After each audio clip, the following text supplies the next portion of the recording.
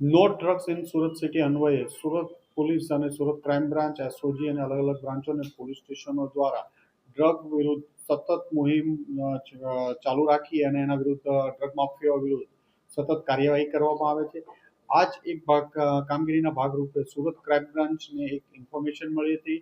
17/11/2025ના રોજ એક બેંકોકથી Surat air India એક્સપ્રેસની ફ્લાઇટમાં એક જાફર ખાન મોબાઈલ વાળા નામનો માણસ ફ્લાઇટમાં આવે છે અને એની પાસે હાઇબ્રિડ ગાંજો છે. આ બાતમી આધારે સુરત ક્રાઇમ બ્રાન્ચની ટીમના પોલીસ ઇન્સ્પેક્ટર SM પરમાર અને એની ટીમ દ્વારા એરપોર્ટમાં એમને પકડવામાં આવ્યા હતા અને એમની સર્ચ દરમિયાન 4 કિલો જેટલો હાઇબ્રિડ ગાંજો મળી આવ્યો હતો. આ રેડ દરમિયાન સુરત ક્રાઇમ બ્રાન્ચ ઉપરાંત Dumas police, air intelligence unit અને CISFને પણ સાથે રાખવામાં આવ્યા હતા. એમની પાસેથી અંદાજે 1,41,00,000 જેટલો મુદ્દામાલ કબજે લેવામાં આવ્યો હતો. આ મુદ્દામાલ એને કોઈને આપવાનો હતો. એને એરપોર્ટથી બહાર નીકળ્યા પછી કોને આપવાનો છે એ બાબતે એમને જાણ કરવામાં ફોન ઉપર આવવાની હતી.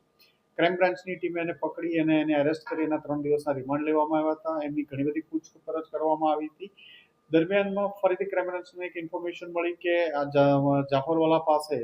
જાફર ખાન પાસે વધુ મુદ્દામાલ છે, જે વાતની આધારે ફર્ધર એના રિમાન્ડ લેવામાં આવ્યા હતા અને એની પાસેનું જે લગેજ હતું બેગ, જેમાં ઉપર 8 પેકેટ જે 4 kg મળ્યા હતા, એ બેગ જ એને કન્ફેસ કર્યું કે બેગની અંદર કન્સીલ કરીને છુપાવીને વધુ હજી મુદ્દામાલ બીજો છે. જેથી પંચો અને સરકારી પંચો વિડીયોગ્રાફી અને બધાની સાથે રાખી અને ફરીથી એકવાર બેગની સર્ચ કરવામાં આવી હતી. બેગની ઉપર એક ફરીથી બીજું બેગનું કવર લગાડી દેવામાં આવ્યું હતું. બેગની ઉપર એમાં ટાયર ને ઉપર આખી બેગ કેવિટી બનાવી અને છુપાવવામાં આવ્યું હતું. એમના ઉપર એમણે કાર્બન પેપર મૂક્યા હતા, જેથી જે બેગેજ સ્કેનરમાં આ ડ્રગ્સ છે એ સ્કેન ન થાય અને આરામથી પાસ થઈ શકે, એટલે એ પણ એને છુપાવીને કબજે કરવામાં આવ્યું છે. એ બંને બેગ તોડીને સર્ચ કરતા એમાંથી 4 પેકેટ મળી આવ્યા હતા, જે 4 કિલો 800 ગ્રામ એટલે અંદાજે 5 કિલો જેટલું અને જેની કિંમત 1,70,00,000 જેટલાનો મુદ્દામાલ વધુ સુરત ક્રાઇમ બ્રાન્ચ દ્વારા ધરપકડ કરવામાં આવ્યું છે.